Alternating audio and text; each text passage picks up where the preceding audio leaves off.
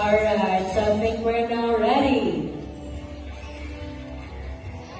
Okay, so ladies and gentlemen, for the grand finale, keep your heads up high for our white-bellied seagull dance, Marlena.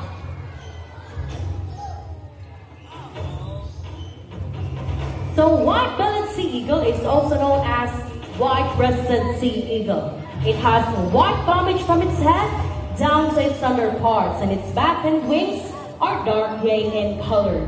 It is considered as a large diurnal bird of prey that can grow up to 70 to 80 centimeters in length, with a wingspan of 180 to 220 centimeters. So they can be found in Australia, Southeast Asia, Nepal, and Sri Lanka.